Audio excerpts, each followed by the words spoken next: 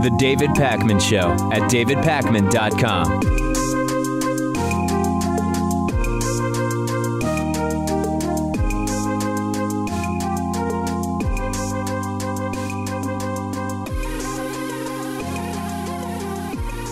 Okay, Trump Care is back, sort of, kind of. There's a new proposal again that would include the repeal of the Affordable Care Act, Obamacare. It would put in place something else. This was a major campaign promise for Donald Trump. Total failure to execute so far, right? I mean, embarrassing defeat after defeat on the repeal and replacement of the Affordable Care Act for Donald Trump. And I want to go through this new proposal with you in detail. This new proposal is from two Republican senators, Lindsey Graham and Bill Cassidy. Previously, the Trump Care proposals, or Republicare, the American Health Care Act, whatever you want to call it, estimates said that somewhere between 22 and 24 million people would end up without health care as a result of the repeal and replacement of Obamacare, compared to the status quo within the decade following the passage of these different, fortunately failed replacement bills. This new bill, which is the Graham-Cassidy bill, could be even worse. So let's start by looking at the provisions of this new Trump Care bill. Number one, Graham-Cassidy would end the Obamacare tax credits for middle-income Americans. Absolute disaster. Number two, Graham-Cassidy would end certain subsidies for lower-income Americans. The new Trump Care would end Medicaid expansions in a variety of states that would affect 11 million adults. It would add block grants, which would be smaller amounts than the money that's been taken away, that would be taken away. And those block grants would expire completely in 2027, which creates a total cliff situation. It would cut coverage for low-income seniors, children, and disabled people. It would end protections on pre-existing conditions, lifetime caps, and essential benefits. It would also make it so that states receiving the grant money can waive certain federal laws that protect consumers or buyers of health insurance.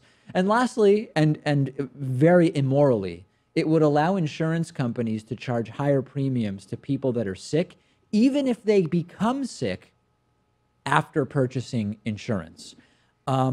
It's no longer insurance when you do that. Insurance works by averaging the risk across many buyers. And of course, mathematically, right, the more buyers, the better, so that no one person has to be price gouged, but everybody can be covered and have predictable medical expenses as their need to use those services might increase, as can happen when you get sick, as can happen when you age. If you think, well, listen, David, I don't care about this, and most people don't have to worry because most people have employer health care. Not true. It's sort of complex, but it relates to the lifetime caps and pre-existing conditions and some other elements. But check out the Brookings Institute explanation of how this new plan could affect even people who have employer health care. What will the net effect of this proposed plan be? Well, according to Andy Slavitt, who is he actually ran the Centers for Medicare and Medicaid Services under President Obama, he estimates that this plan would see not 22 million, not 24 million, not 26 or 28 or 30 million, but 32 million people end up without health care, 32 million people that currently have health care. Now, you'll notice in that number, it's worse than a straight Obamacare repeal, right? That means that the new provisions of this plan, above and beyond the repeal of the Affordable Care Act, will actually kick even more people off of health insurance. And if you read through the list with me of the provisions just a couple of minutes ago, you would understand why. It allows for price gouging, for example. It allows for the, you're already talking about the waiver of Medicaid at in many states. And this isn't just a punishment for getting sick. This is sort of an encouragement to health insurance companies to make healthcare as unaffordable as possible as soon as people get sick. This is a major profit and price gouging boon for health insurance companies. The Center for Budget and Policy Priorities says that this new plan, the Graham-Cassidy plan, would, quote, gut protections for people with pre-existing conditions, impose damaging cuts to Medicaid, and cause many millions of people to lose coverage. This would be virtually identical to a repeal without replacement bill, except for the additional freedom that it would give health insurance companies. Now, Mitch McConnell has asked for this to be fast-tracked by the CBO. The CBO is the Nonpartisan Congressional Budget Office. We're hoping that by early next week, we would have a scoring from the CBO to know, is 32 million accurate, is it not? That would be maybe on the 25th or 26th of the month. They want to vote on this by September 30th. No time has been allocated for actual debate. Once again, it was the Republicans in 2010 who wanted debate before Obamacare is passed. And now they are providing no time for debate before they vote on this abortion of a bill. Right, you're talking about a fifth of the economy. It would be nice if they could bring it to some committees, maybe getting some Democratic input on it at least. And maybe. When it goes to the House, I mean, they're just going to have to sign off on the same bill. They can't draft their own and come with a consolidation process and go to the next one. There's right? no time for anything, and it's by design, right? And when we think about, well, could this pass? Senator Pat Roberts of Kansas is quoted as saying they are one vote away. Now, you might say, wait, one vote away? What happened to all of those Republicans who seem to understand why this is a disaster? They are trying to ram this through by September 30th, which is the last day that Republicans can pass legislation related to the budget with a simple majority, meaning 50% plus one. After September 30th, Republicans would need 60 votes to pass this, and that's not going to happen.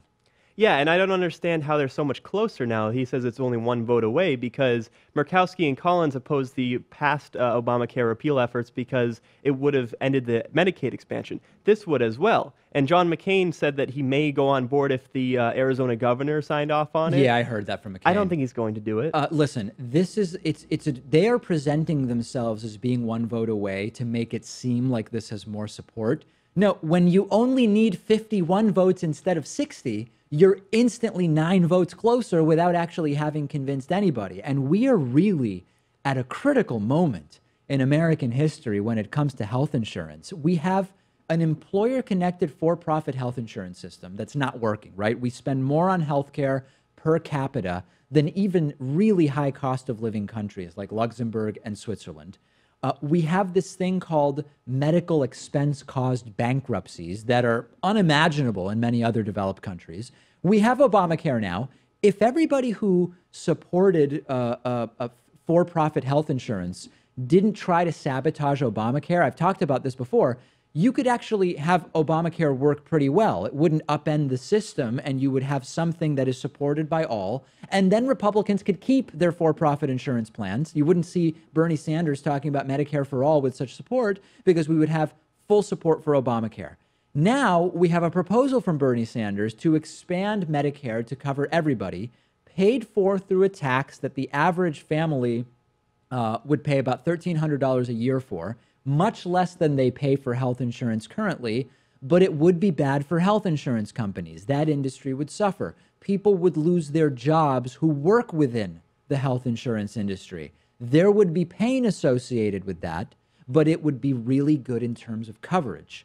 And then we have these Republican plans, which have threatened to leave anywhere from 22, 23, 24, now possibly 32 million people without coverage, people who now have it. This is not a small moment for the United States on this issue. It represents some major, real philosophical differences about how life should be organized. Do we see healthcare as a for-profit product like any other that works well in a free market? If you can't afford healthcare, do you consider that to be like not being able to afford a new fancy car or a new iPhone? If that's your worldview, that healthcare is just another product that some people can afford and some can't, that gets you the system we have: employer-connected, for-profit health insurance, medical bankruptcies, price gouging. The other view is that you see healthcare as a basic right that should be afforded to everyone, regardless of ability to pay, not just for moral reasons, not just because the demand for healthcare is not a free market demand curve, but because you realize everybody's better off when we all have access not only to health insurance, but actual health care. It's good financially. It's good for hospitals. It's good from a crime perspective. And this is the battle right now. It's about more than just whether or not we shut down Obamacare's healthcare.gov or end the individual mandate. People will die under these Republican proposals. According to Harvard, 45,000 Americans die every year already from lack of health coverage. And those numbers are 8 years old from 2009. What will the new number be? It's more than a 9/11 every month, people dying from lack of health care. And we saw in the previous versions of the Republican Obamacare repeal efforts, maybe 20 million people would lose coverage, 21, 22. Now it's up to 30, so I'd imagine that Harvard study of 45,000 people dying every year would have to be revisited and go up exorbitantly. Oh, it would be higher. There's no way it's going to be lower. And this is why I'm wondering if something even more sinister is going on here, because it appears that with each new version of Trump Care, it's even more depraved. It's even more immoral. It's almost like Republicans are taking vengeance on the previous versions getting shut down. And you mentioned this earlier, Pat. Will Maverick hero John McCain vote for this one? Will people still be singing his praises on September 30th? I'm not sure. Lindsey Graham is his best buddy in the Senate. Lindsey Graham's mere involvement in this proposal already is making me question whether John McCain can be counted on to be the right thing. And I was just thinking yesterday, preparing for the story, I just can't imagine loving money so much that I'd rather endless tens or hundreds of thousands of people die than save a few percentage points of profit for this or that health insurance company. But then I reread this very interesting article in the Scientific American about how psychologists Paul Piff and Dr. Keltner, they ran a bunch of studies looking at whether social class influences how much you care about the feelings and circumstances of others. And it makes a huge difference. When you achieve wealth and status, you significantly experience fewer feelings of compassion for others. Wealth makes us worse at recognizing the emotions of other people. And that may be a factor here. Remember those Obamacare death panels that didn't actually exist? It's coming full circle. It's coming full circle. It's time to call your elected officials. Look them up at whoismyrepresentative.com. I'm on Twitter at dpacman, and we'll keep talking about this there. The David Pakman Show at davidpakman.com.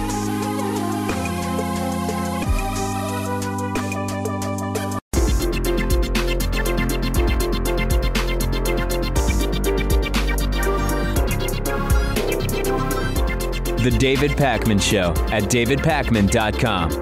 Today's new member of the day is Scott Rizzo. Scott, thank you. Thank you so much for supporting our program. We do depend on the support of our audience, be it podcast listeners, radio audience, YouTube, television, free speech TV. You can make a contribution at patreon.com/David Pakman Show and read about the great membership benefits you can get there. You can also just become an official, the OG David Pakman Show membership program still exists at davidpakman.com/membership. Okay, so listen, I've been making an effort to talk about lots of other issues while allowing the Trump-Russia investigation to continue. My thought has been, let Special Prosecutor Robert Mueller do his job. Don't get wrapped up in every minor issue that comes up, because eventually we'll get some major announcement or some non-announcement, or Trump will be vindicated or he won't or whatever, and we can talk about it then.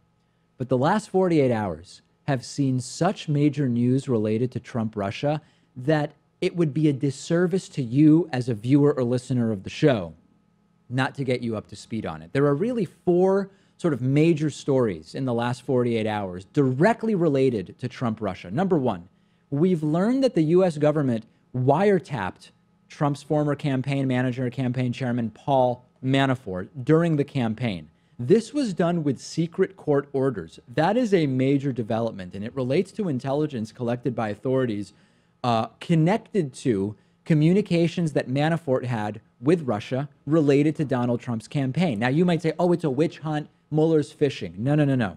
They went to a judge and had the wiretaps approved.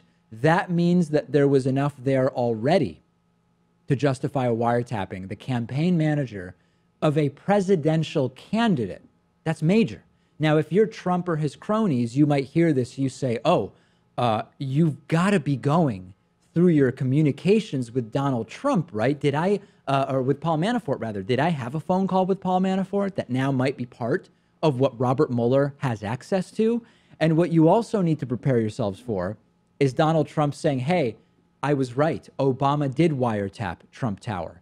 This has nothing to do with Obama. This is intelligence agencies getting approval from FISA courts. If Trump was wiretapped, it's because he was on the phone with Paul Manafort, who was wiretapped, and that could be really, really bad for Donald Trump. So this is absolutely major.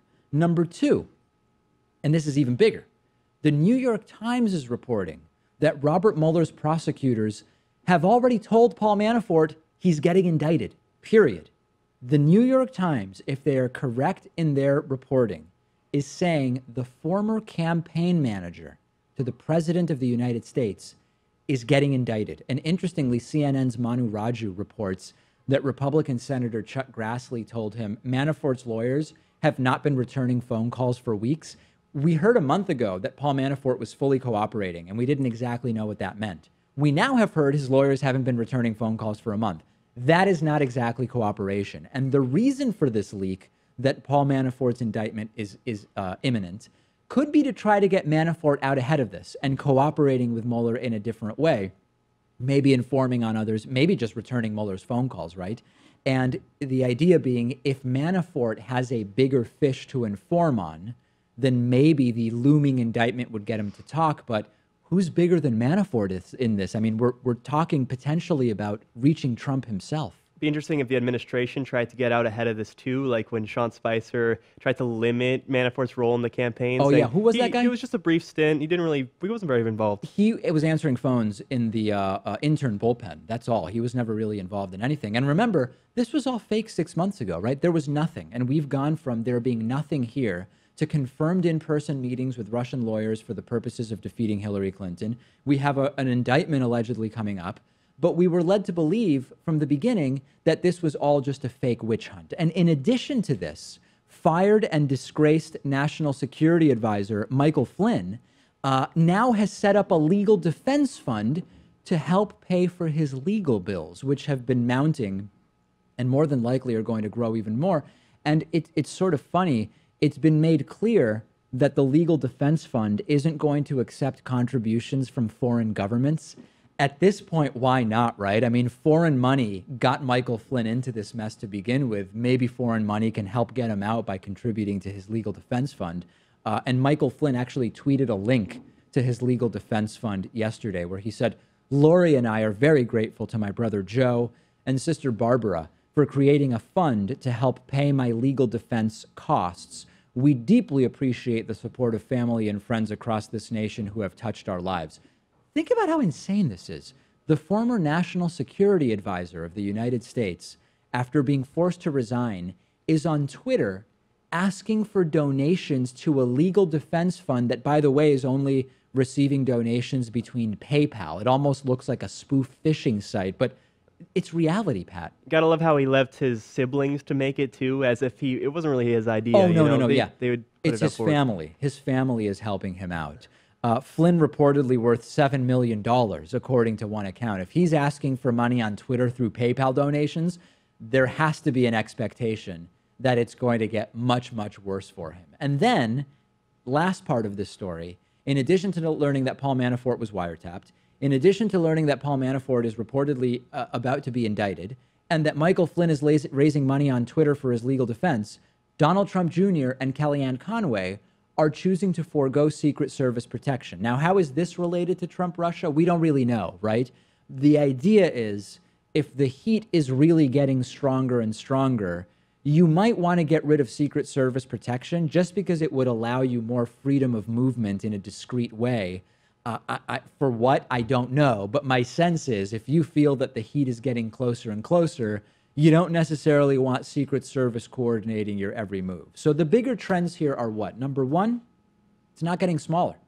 It's getting bigger. With every week, Trump-Russia gets bigger. And number two, this is looking more and more like a federal financial crimes investigation. And it's sort of logical. Trump has many mafia connections.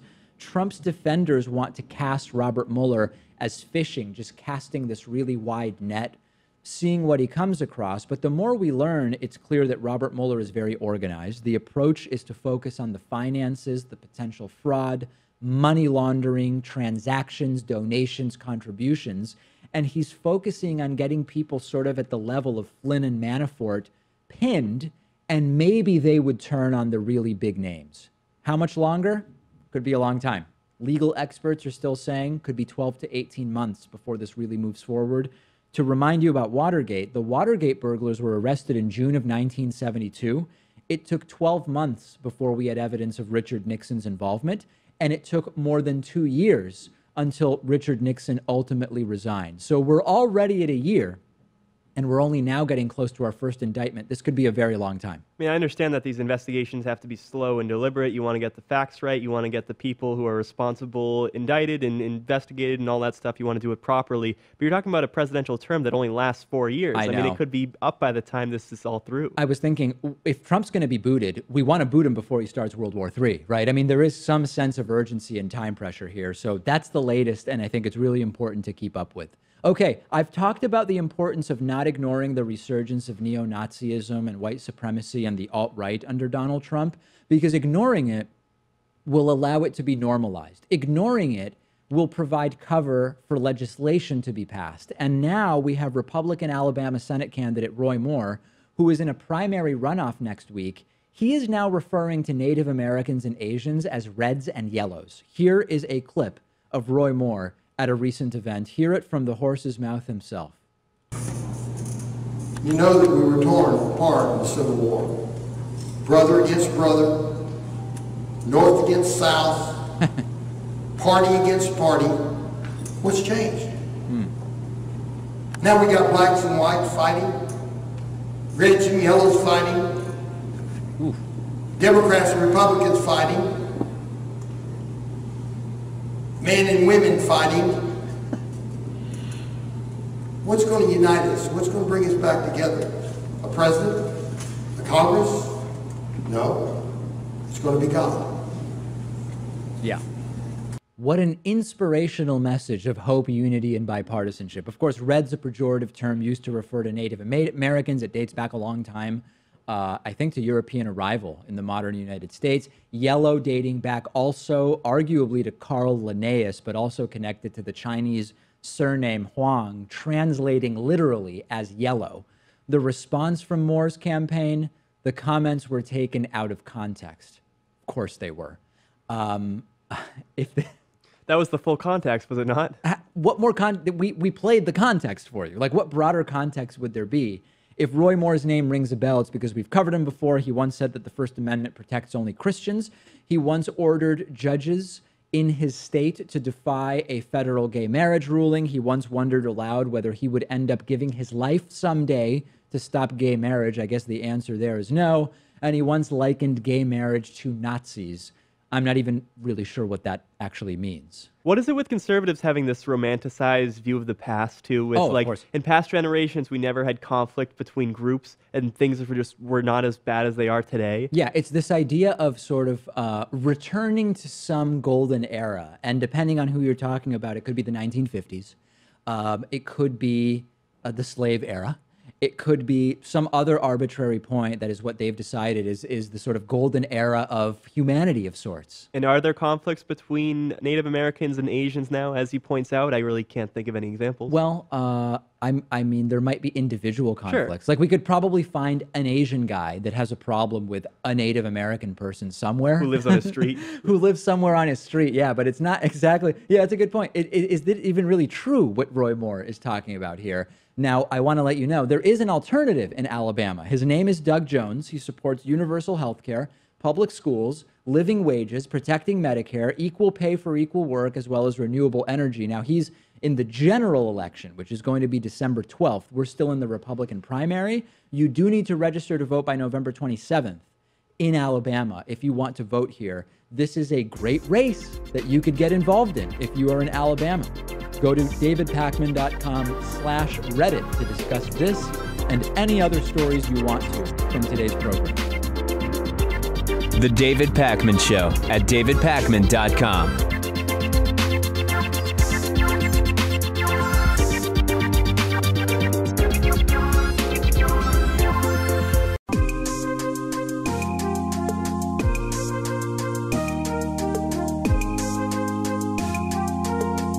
Welcome back to the David Pakman Show.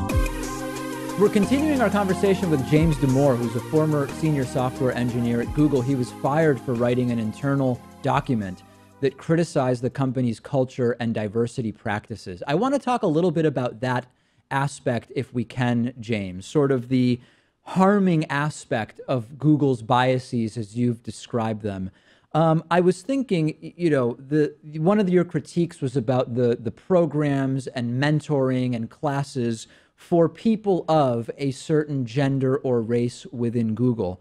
I'm curious, if you believed that people of a certain gender or race had maybe additional issues to deal with, right, in addition to all of the issues that any employee might be presented with at a job, wouldn't it be okay for a company as large and well-resourced as Google to say, hey, in addition to all of the resources that are available to all employees, if you are dealing with an issue as a result of gender or racial biases or whatever, here are some extra resources for you. What's wrong with that?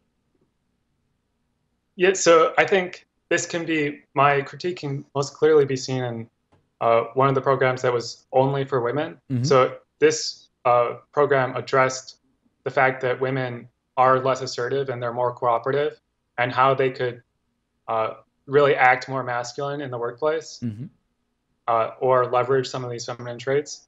But there are men that also have those traits, and they really don't have any support. And so rather than just having a program that's for anyone that has these particular personality traits, we really stereotype women and men and say only women can go into this program. But James, wasn't it you who said that a lot of your analysis is based on the averages of individuals, right, the averages of women and the average of men? And if on average, as you describe, women are much more likely to struggle with these shortcomings as you have identified them in the workplace, isn't it logical that these programs would be tailored to them? I mean, again, we're talking about the average woman. Yeah, so we can use the averages in population level distributions to say whether or not one population will be disproportionately affected by something. Sure. But that doesn't mean that everyone in that population has those traits and no one else has those traits. And that was really the stereotyping that's happening at Google that I was trying to counter. Yeah, I mean, I guess, you know, I think what you've written is very, very interesting because it both states it makes many assertions, which I think intuitively makes sense to many, many people who have been in the corporate world.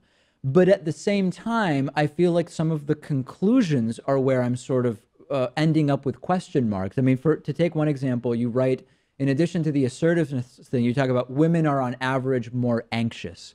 My immediate question when I read that is, are women more anxious because they are women, though? And if they're not, then you're basically ceding to society whatever it is that makes women more anxious as traditionally defined. You know, this anxiety gap is something I'm sort of familiar with. And most of the research on that finds that women in male-dominated fields or departments, right, such as maybe STEM, tech, engineering, whatever, that they do suffer harsher penalties than men when they make mistakes. Wouldn't that be a reason why women might be more anxious that is not necessarily linked to biology or them being women? Yeah, so, I mean, if we find ways in which men and women are treated differently in the workplace, we should definitely look into that, and that's not right.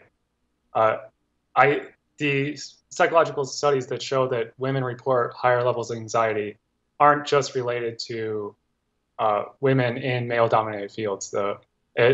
The theories are sort of, they link them to hormone levels, actually, because the anxiety gap is largest when women are in their reproductive years, and the gap drops after menopause. So there are signs that there's some biological link, and it's not necessarily just that men and women are treated differently. Yeah, I mean, I think the truth is that every single one of these issues you're pointing out has, and you said this at the beginning in your defense, that there's sort of a mix, right, between nature and nurture. And for me, and tell me if you disagree, James, I think we would probably find common ground on this. Just about every issue you're talking about, if we can find a sort of biological or hormonal basis for it, it is relevant insofar as it might predispose someone in certain situations to exhibit certain tendencies or feelings or behaviors or actions. Everything I'm reading says that at this point, the sort of serious scholarship on this is that there may be predispositions which by virtue of one's environment can either be activated or not, and activated to certain degrees. But I've really not read anything that indicates that in a total vacuum, biological differences alone would account for, speaking only about the differences you wrote about, that we could just point to biological differences. Do you tend to agree with that, or do you think that there are these differences explained only by biology? Yeah, I mean, I agree that it just predisposes you, and then experience really shapes you. But I was really trying to counter the total social constructionist viewpoint, which is prevalent at Google. Do you think that, to get now to the firing that took place as a result of what you wrote, do you think that the firing that took place violated labor law?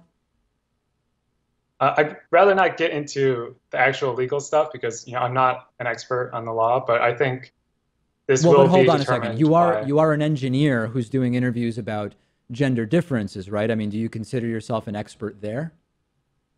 I've read significantly into this field, and I was doing a PhD at Harvard in biology. So, I mean, I have significantly more expertise on this than most people, both at Google that were doing the diversity programs and people that are interviewing me. Okay, so I'm guessing you've done a lot of research into the legality of what happened. I mean, are you at least exploring whether something illegal was done? Yes, we're exploring it, and the National Labor Relations Board is investigating Google as we speak. Are you happy with the way that this has ultimately gone? In other words, if you could go back and say, undo the possible legal claims, undo being invited onto all these programs to talk about my views on gender differences, mine being yours, of course, undo the release of this memo and just go back to your job as a senior software engineer as Google, would you want that? Yeah, I definitely enjoyed my work at Google, and I see this potentially causing an even larger divide in our society, which is really something that I don't want. I really don't like regretting things in general, just because, that doesn't really good for, it's not good for your long-term health, I don't think. But yeah, I'm hopeful that some good will come from this, though. What good could come of it? What would be a good thing? Would the good thing relate to changes in Google's diversity policy? Would it relate to some kind of legal or financial resolution for you as an individual? Like, what would be the golden standard for what could come of this?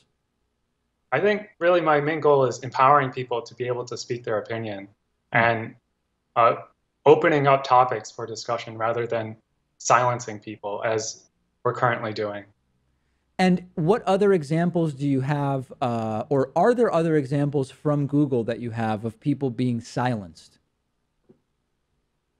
Yeah, there's largely just ideas around the social progressive politics.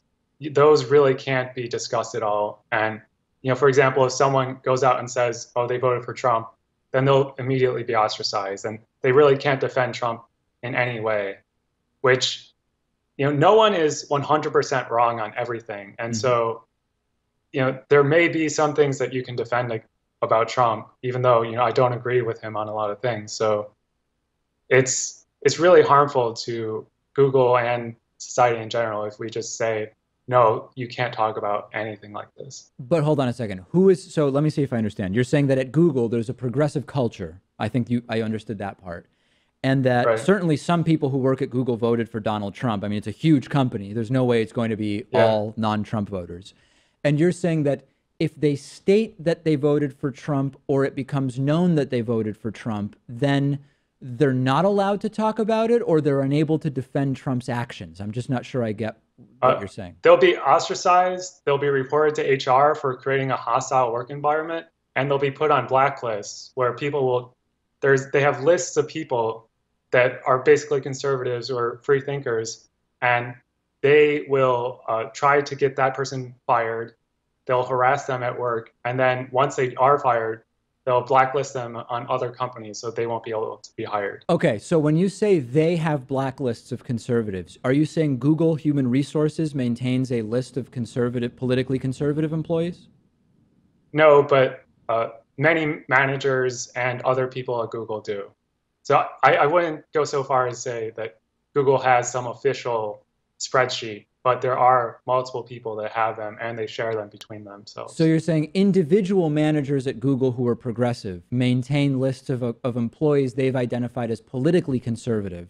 They share the lists, and then how are the lists used? So they make sure, they try to sabotage that person's work, and they make sure that that person isn't hired in any other company, or any other major company at least. And how can they do that? Because as far as I know, when someone applies to work elsewhere and they list a reference, at least in Massachusetts, I don't know how it is in California, but I thought that this was pretty widespread. You're not really allowed legally to give a sort of negative review of the person's work. You're able to, you know, basically say, this person was employed by me, they worked for me within these dates, et cetera, but you're not really allowed to say anything negative. So how is that being communicated? How can someone at Google prevent an individual from being hired elsewhere? So someone that's involved in hiring at that other company will likely get hold of this list of people. So you're saying if you apply at, I don't know, you apply at Deloitte, I don't even know what you apply at Netflix.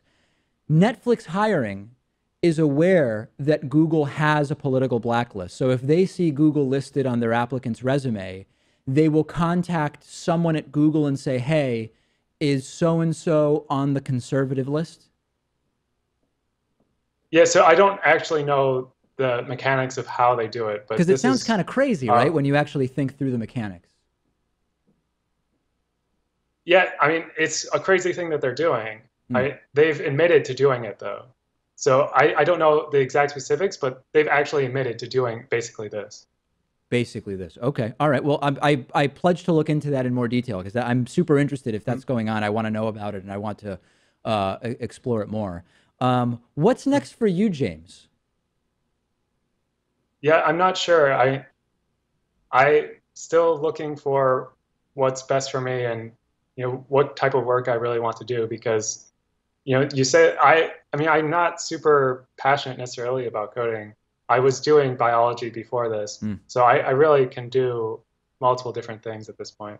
I think that if you launched a Patreon, that it would be incredibly profitable for you at this point. I don't know if you know what's going on Patreon with folks who have very controversial views on the issues of the day, but I don't know if you're considering sort of a Jordan Peterson type independent commentary foray or something like that.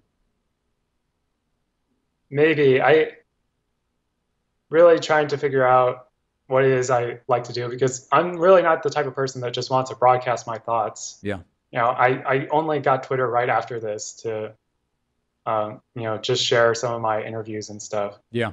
But I'm not the type of person that, you know, hosts a radio show. I'm much more introverted and I just like reading and solving problems. Gotcha. How long do you think the interviews will continue? Like how long will at a certain point will you say, listen, I've spoken about what happened. I've sort of said everything I have to say. And this is it for the public James Damore sort of discussions. Yeah, I'm not sure. I mean, I've been invited to multiple private speaking engagements. For example, you know, even conferences on diversity and inclusion, they wanted to get my perspective. Wow. And so, you know, I plan to at least share my views on other in other venues as long as they'll hear me out and we spark an interesting conversation. Last thing I want to talk about, if you could speak now to someone who is at a company that has a diversity policy like Google's, and they, maybe like you, are questioning some elements of it, knowing what you know now, everything that's happened, and you said you do have some regret about the way it's all gone down, would you encourage them to speak out and risk what has happened to you, or would you say, keep your head down, maybe just quietly find a different job? What would your advice be to others? I would maybe advise them to just talk to the people working on it because you know, people want to do what's right. And some people just, they don't know that things aren't totally socially constructed. And they're basing their assumptions based on that. So, yeah, I think just having a rational conversation and trying to solve it one-on-one rather than having Maybe it a shared explode like Google Doc. this. I don't know. Yeah, I mean, you said in your other segment on this that I shared it with 50,000 people. That's really not true. Yeah, no, I mean, it became shared with 50,000 people is sort of more accurate, right? Yeah, I mean, it's just the default Google Doc setting to be publicly available within the company. And so people that found the link were able to access it. Sure, sure. All right. Well, we're going to continue to follow what ultimately happens. James, I really do appreciate, you know, that you reached out to me, that you wanted to be on the program and talk about this. I think that there's a lot of stuff here that is not talked about as much as it should be. That doesn't mean you and I would come to the same conclusions. But I do think that these are all really important issues. And I've criticized both the left and right on issues of speech and what it is okay to talk about. And even if our conclusions are different, I do appreciate you coming on. And for everybody, people were asking me, has James told you what you can and cannot talk about? We exchanged 2 emails basically, and you imposed no restrictions whatsoever. And we had the conversation that I planned. And I thank you for being on with me today. Yeah, thanks a lot. The David Pakman Show at davidpakman.com.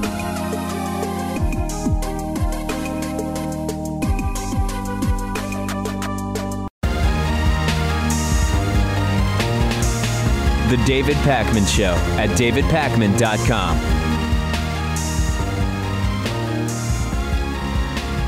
There is, shockingly to some people, a debate going on about whether it's okay or not to punch Nazis. And more broadly, the debate is about when can you use force against political enemies? And there's one view, which is, listen, neo-Nazi ideology is in and of itself violent. So it's okay to be the initiator of physical force, to attack or punch a Nazi or anyone espousing Nazi ideology, or even somebody just wearing a Nazi armband.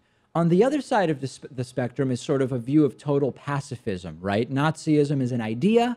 If someone is espousing that idea through speech or an armband or whatever, it's totally inappropriate to initiate force against them. And there's a little bit of overlap there with the non-aggression principle, which is a common libertarian belief. It's not pacifism, but it's that one should never be the initiator of force. But if someone else initiates force against you, it's okay to defend yourself.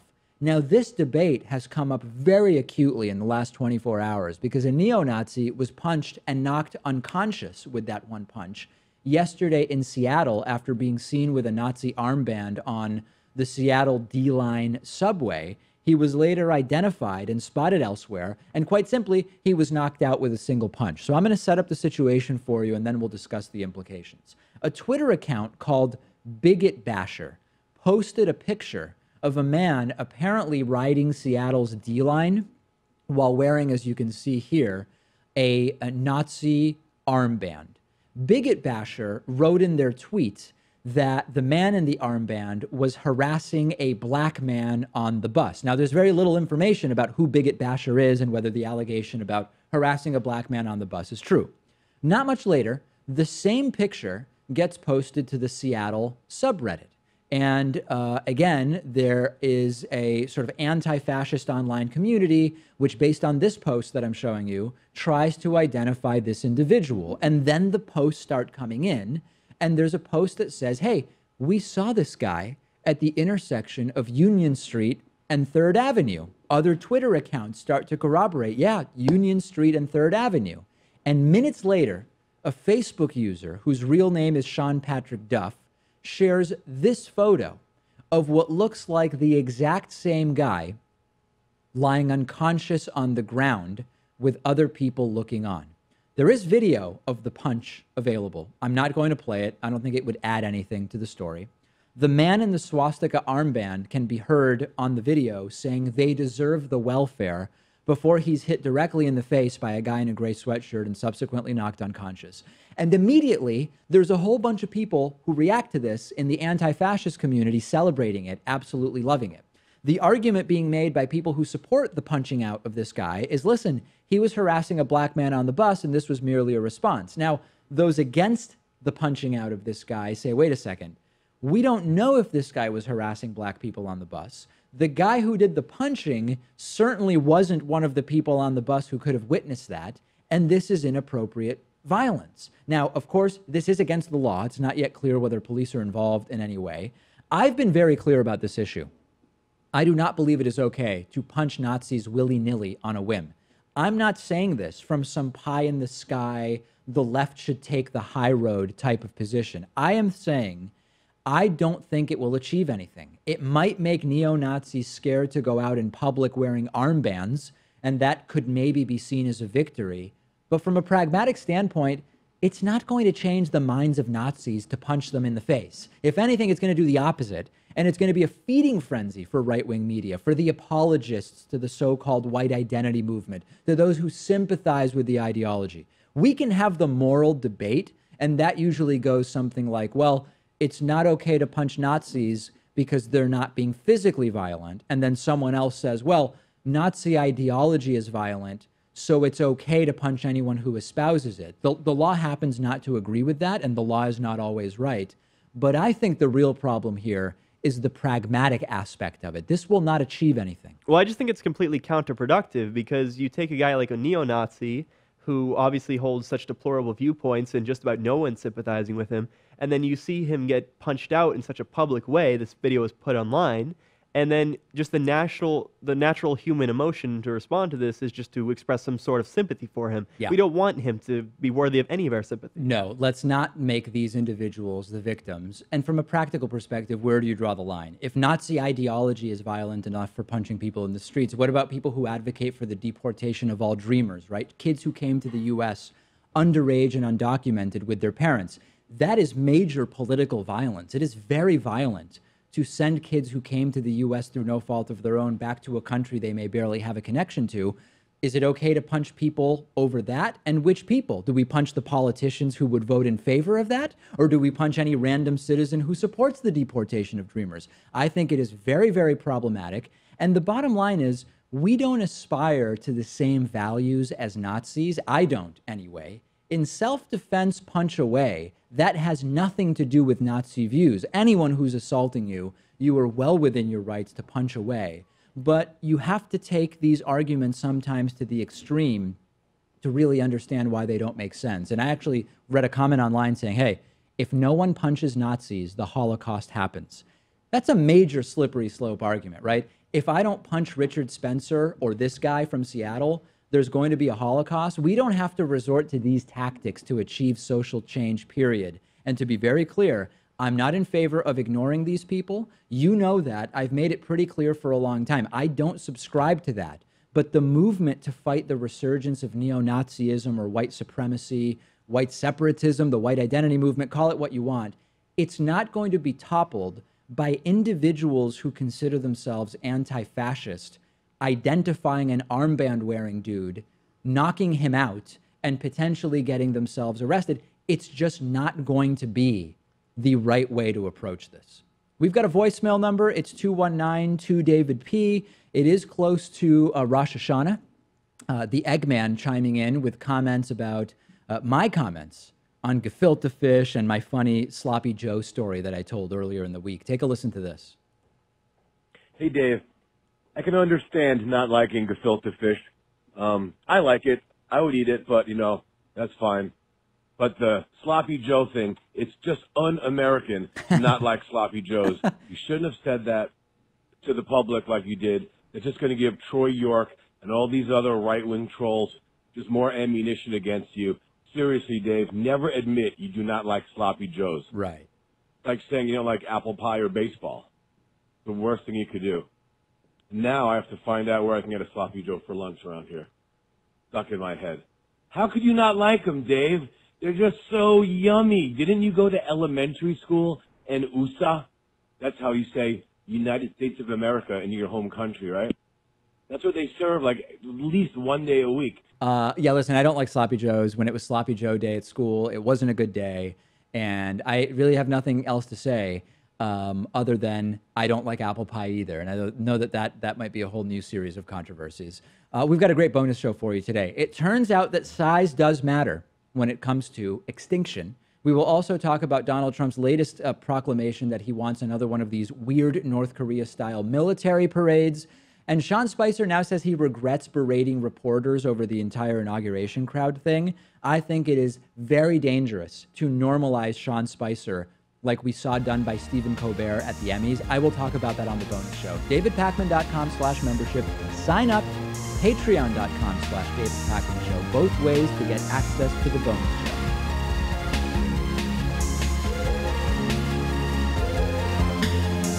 The David Pakman Show at DavidPakman.com.